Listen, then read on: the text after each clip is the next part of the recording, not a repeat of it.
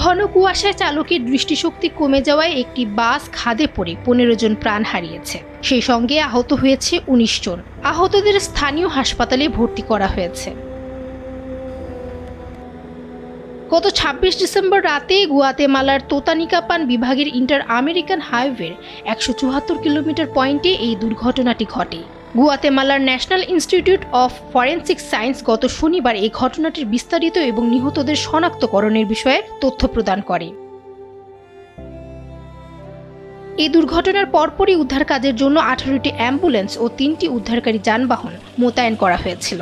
দুর্ঘটনার কারণ অনুসন্ধানে তদন্ত চলছে। বর্তমানে বাস চালক পুলিশি হেফাজতে আছে। মর্মান্তিক এই দুর্ঘটনায় নিহত হওয়া এক ব্যক্তির আত্মীয় শোক প্রকাশ করেন। তিনি বলেন, যা ঘটেছে এবং পরিবারটির উপর দিয়ে যা যাচ্ছে তা খুবই খারাপ। এমন দুর্ঘটনা এর আগে কখনো হয়নি। আজ সকালে খবর পাওয়ার পরপরই সবাই এখানে চলে এসেছে। কোয়েটজাল তানেঙ্গো রিজিওনাল হসপিটাল অফ দ্য ওয়েস্টের পরিচালক ইভান আলেগ্রিয়া বলেন, গতকাল রাত 9:15টার দিকে এই দুর্ঘটনার খবর পাওয়া গেছে।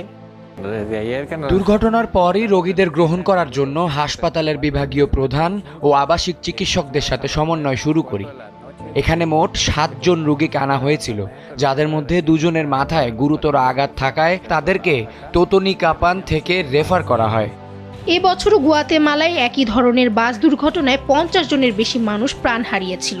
ইন্টার আমেরিকান মহাসড়ক প্যান আমেরিকান হাইওয়ে সিস্টেমের একটি অংশ, যা মেক্সিকো থেকে পানামা সিটি পর্যন্ত বিস্তৃত। প্যান আমেরিকান হাইওয়ে বিশ্বের সবচেয়ে দীর্ঘতম চলাচলযোগ্য রাস্তা, যা প্রায় 30,000 কিলোমিটার দীর্ঘ। ফামিহা সুহরাওয়ার্দী, সময়ের আলো।